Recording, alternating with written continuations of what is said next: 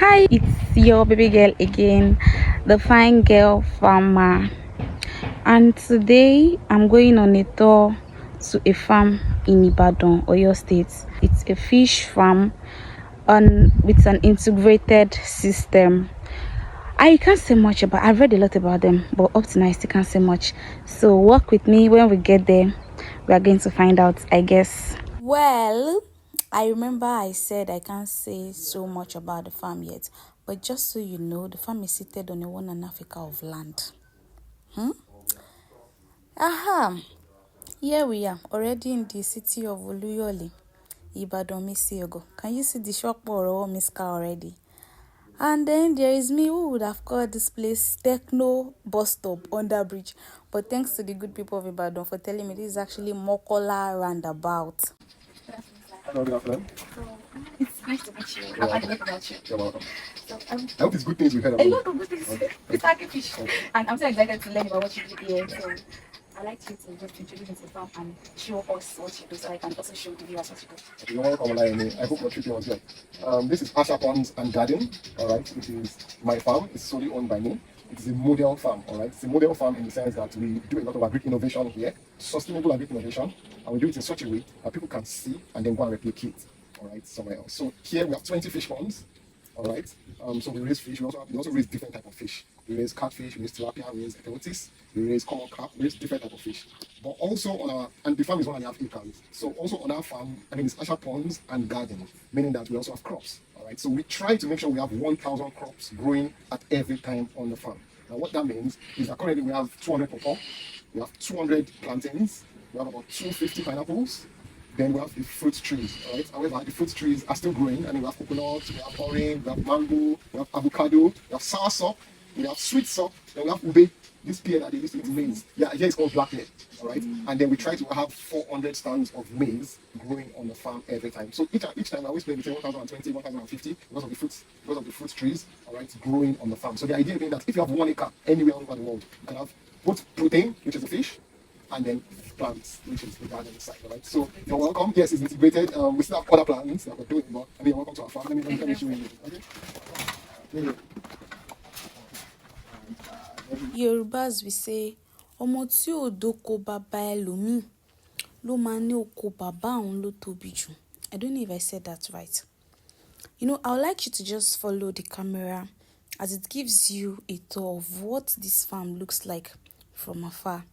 Like, I cannot even comprehend it. Guys, I will tell you that Mr. King is exactly who he thinks he is, and even more, because this is massive. There are lots of fruit trees on this farm, from pawpaw to plantain to banana to soursop, sweet sop.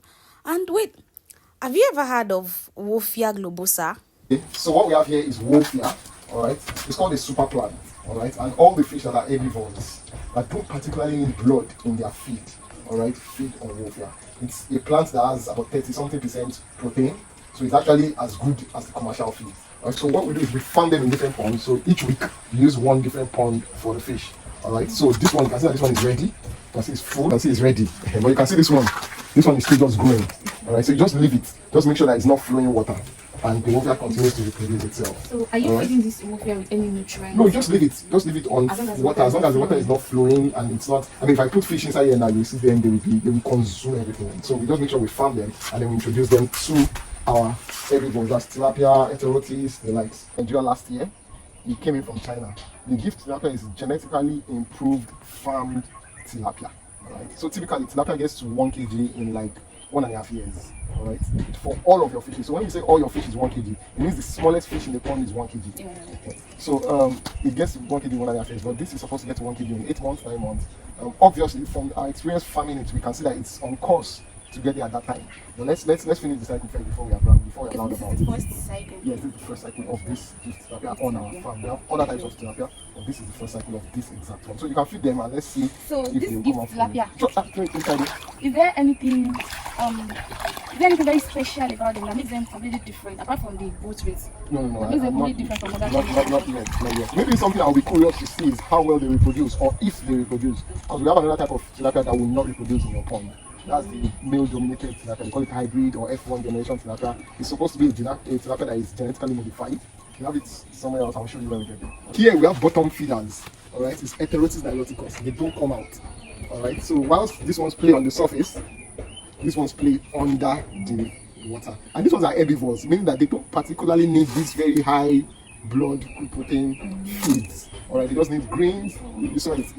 So they just need greens. They eat a lot of wolfia. There's also duckweed that people feed them with. Alright, and they also get to big sizes in good time. So this Heterotis niloticus that we have in this pond. Alright. So you already know the age they are meant to get that big because you can't even see them. Yes. So what happens is that you sort every 2 months. Alright, every 2 months you drain the water, you move them. Yay!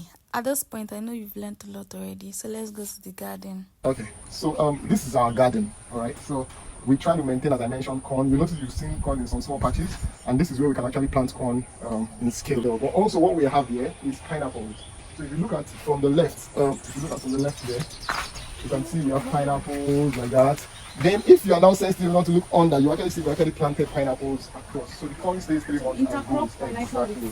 So the corn stays 3 months and grows, but the pineapple is growing for 18 months before you start harvesting. So we have pineapples on the downstairs. Then also where you see tire, we have a fruit tree growing there. Alright, so we have avocado. Oh, there's a tire over there. Yes. So when we will go and look at the tires, you see that inside every tire you see on this farm, there's a fruit tree. So we use it to preserve it and for also identification because they are still growing. Right, but you must know where you put what. So this here is banana, and then what we have from so can you see the plantain over there, and that pawpaw down there. From that pawpaw down to the pawpaw there. All we have there is banana in this angle. Alright. So every other thing there is plantain. Alright. Hey, Temi. I hope you guys are still following. If you've watched this far, trust me, I'm blowing you kisses. So I took pictures of some fruit trees that the camera could not capture during the video. Come with me as we walk back to the fish ponds. Or wait, do you think we are done? This is the monosex tilapia. So what happens is that tilapia is highly prolific. It gives birth very quickly. Alright, but we now did the adjustments. I don't want to call it GMO because I know GMO is a huge debate in Nigeria right now. So let's say selective breeding. Let's say selective breeding. Thank you so much, to make sure that it is 98% male, and so they grow bigger rather than having the opposite sex to to mate with. Alright, so yeah, so we have them here. We also have the broodstock of them in a pond on the farm. Alright, so yeah, that's what we have here as well. In Nigeria, there is the Clarias, which is from Netherlands. And there is the hybrid. Alright, the hybrid is a combination of the longifilus, which is from our natural water, Nigerian water bodies, and the Clarias, which is from Netherlands. Alright, so what we also have on our farm is broodstock, the parents that we use to make the baby fishes. Alright, the baby fishes are called fingerlings and juveniles. So you want to keep longifilus in the pond, Clarias in another pond, and then when you need to make them, you bring one male, one female, and do what you need to do. Alright, so we have catfish ponds that we are using for grow out. That's the ponds that we use to raise fish, the commercial ones, but you also have broodstock ponds, right? So if you throw in fish, and you get to see this is a broodstock pond, yes. So the fish is here 3 kg, 4 kg, 5 kg. One fish? Yes. The eating is smaller actually, so I think they are responding. So yes, we have our fish processing unit here, alright? So we have 2 ovens. We have the big oven and the small oven, alright? So here, this oven has like a temperature regulator, so that you can actually just put your fish in, lock it with chains and padlock and go, alright? So it's powered with both coal and gas. Either coal or gas, alright? And so you can get a product from this. Alright, you see those fish ponds where we had the wolfia? Yes. Alright, so we also raise the juveniles fishing before we move them to 18 ponds there. Alright, and so if you even raise the fish there till you are done, you can actually just have, it's not so much big a space. With a 20 by 30 space, you can have like 4 fish ponds and 1 of these ovens. And you have a farm. You have so over here, do you process only catfish or you smoke tilapia too? Okay, so we process both catfish and tilapia and Heterotis and any other type of fish we may have. Right? And the fish gets to preserve for like 6 months. So yes, there is the cold chain value chain in agriculture, but there's still just the dry chain, value chain in agriculture, because the fish are preserved, alright? So we dry and it preserves for 6 months. So we have a product like that everywhere. And then we have like this is like fish oil. Yes, you collect fish oil down here. This tray collects. Do you understand? The tray collects fish oil. So yeah, you can do this training for us. Yeah, so we have the container here, which is where we store fish feeds and everything. Iron so that rats don't go in and eat anything, and you can preserve whatever you have here. Alright? Great. And I like to always say whenever anybody comes here that so I've been in this industry for 13 years.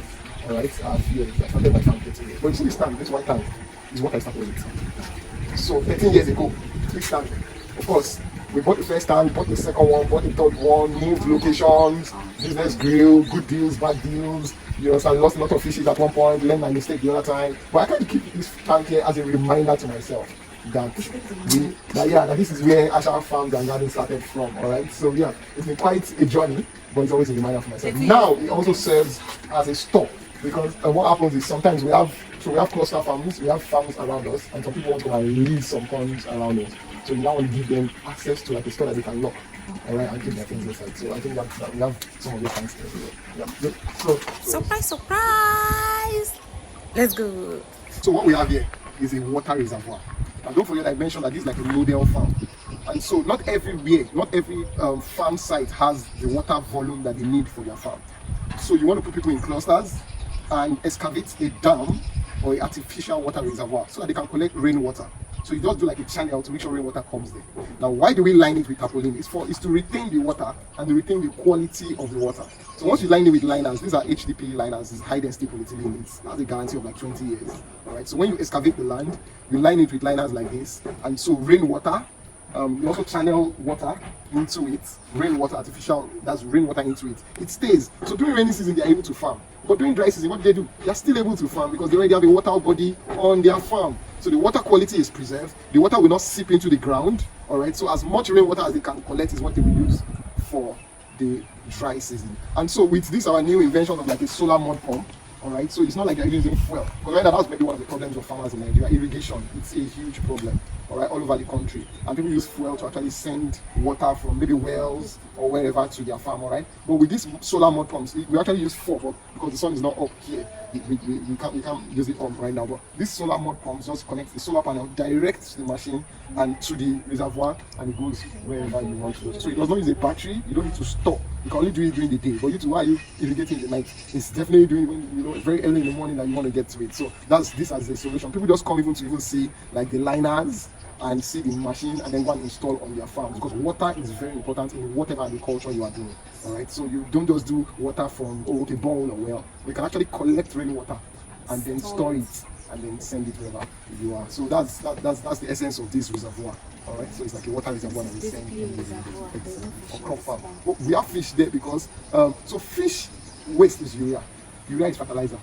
Urea, people pay money for urea on their farms. All right, so we put fish here just so that their urea can be inside the water, and that's the water that we use. It's called fertigation. All right, it's called fertigation. So that's the water you use to fertilize our crops. So if you can look towards there, you will see the crop farm on the left there. We send the water from here all over the place. All right, so you can irrigate wherever you are. I mean, in the north, they do this. They have water reservoirs a lot. Who else is yawning? What a day. I hope your jota is almost filled up already, because me like this, my head is already, I don't even know how to explain it. So to wrap it up, I have a few questions for Mr. Akinfish.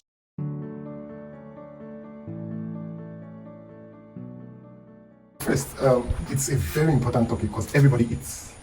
All right, so I think it's something that people are particularly interested in because you are invested in it. It's something you do or partake of every day. So it's an industry that we cannot just let to just be fallow or ignore. There has to be active measures we are taking to make sure we are improving our systems.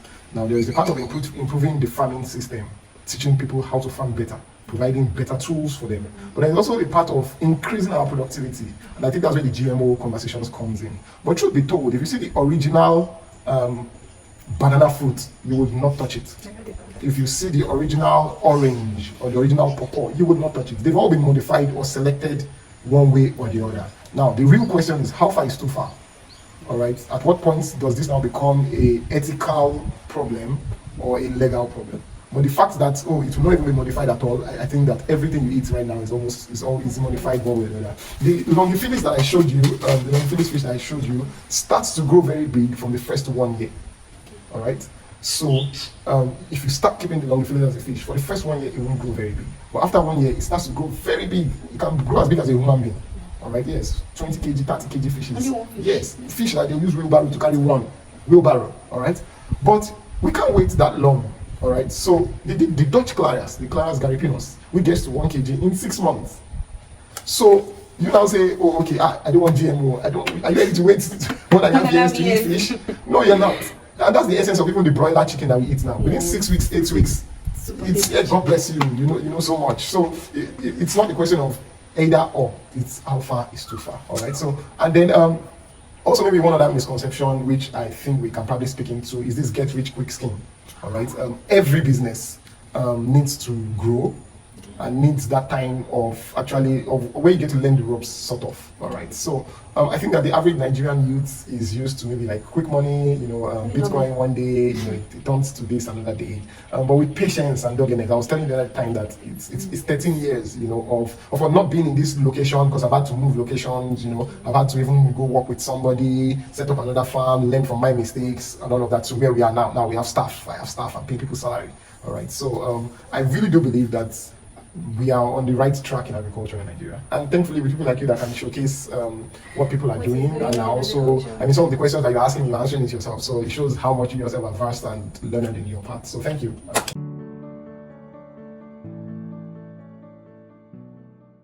Thank you, Olayemi. Yes, we do offer trainings.